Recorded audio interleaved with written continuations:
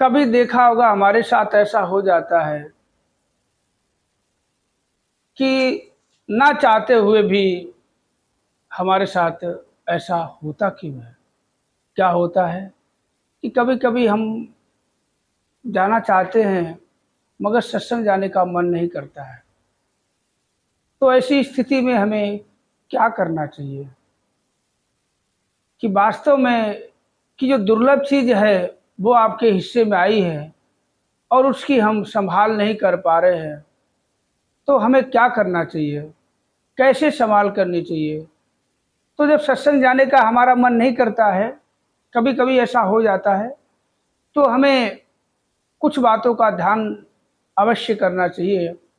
क्योंकि कि बड़े भाग मानुष तन पावा, सुर दुर्लभ सब ग्रंथि गावा। ये मनुष्य शरीर जो मिला है, परमात्मा ने जो हमें दिया है, ये इसलिए नहीं दिया है कि जैसे कि हम भौतिक पदार्थों की प्राप्ति के लिए पूरी जिंदगी हम बिता देते हैं और अंत समय में हमें क्या मिलता है? कुछ नहीं। अंत समय में कहते हैं कि इस शरीर साथ छोड़ देता है, इस शरीर शमशान चला जाता है और इस शरीर को जो चला रही होती है आत्मा, उसका पता ही नहीं कहाँ जाती है। उसको बेचारी को भटकाने में लगे। तुमने अपने शरीर से के साथ जो रिश्ते जुड़े हुए थे, बेटा बेटी जो भी रिश्ते जाते उनके लिए, सबके लिए आपने यथा योग्य जो भी सामर्थ्य आप में थी, सबके लिए सब कुछ करके और इस नश्वर शरीर को त्याग दिया। परंतु इस शरीर को जो चला रही थी आत्मा, वो कहाँ गई? उसके लिए आपने क्या किया? जरा सोचो, उसके लिए आपने क्या किया? कहते जिस तरह से एक परिवार में एक मुखिया पिता होता है, वो पूरी जिंदगी अपने बीवी बच्चों को अपनी सारी मेहनत की कमाई 10 रुपए हो 20 रुपए सब खिलाता रहता है, अपने आप को खाली रखता है। और जब वृद्धावस्था में आ जाता है तो वही बच्चे उसको ना पूछे नकार दे, तो फिर कैसा होता है?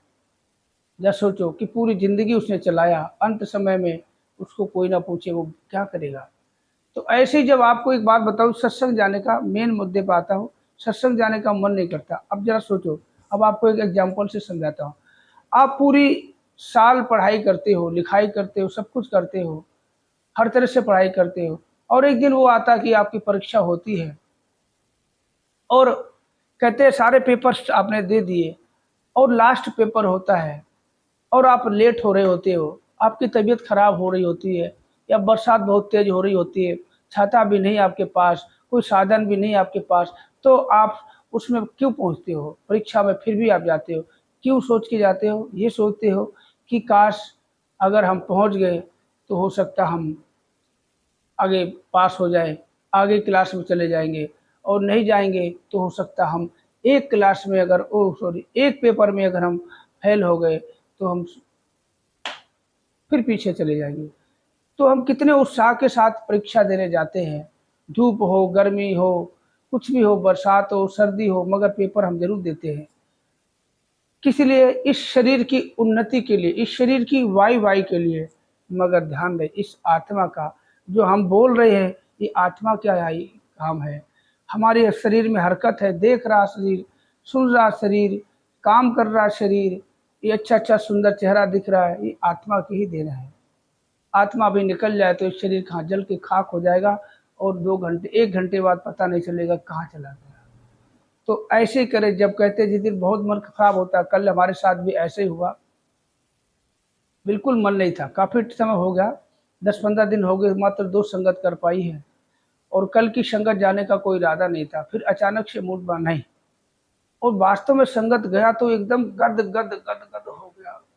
बच्चों का भी प्रोग्राम था, वाह वास्तव में। और वचन जो आए हैं मर्यादा पे, अगला वीडियो हम इसी पे बनाएंगे कि मर्यादा में हम मर्यादा का उल्लंघन करते हैं तब हमें दुख होता है। सेवा सत्संग सुमिरन सब करते हुए भी और मर्यादा में ना रहते हुए भी, मर्यादा को हम तोड़ के हम सब कुछ करते सेवा सत्संग सुमिरन, और हमें कुछ फायदा नहीं होता, ना हमारे मन को सुकून होता, ना हमारा दिनचर्या बदलता है, ना दिन बदलता है, ना रात बदलता है, ना सुकून मिलता है, ना चैन मिलता है।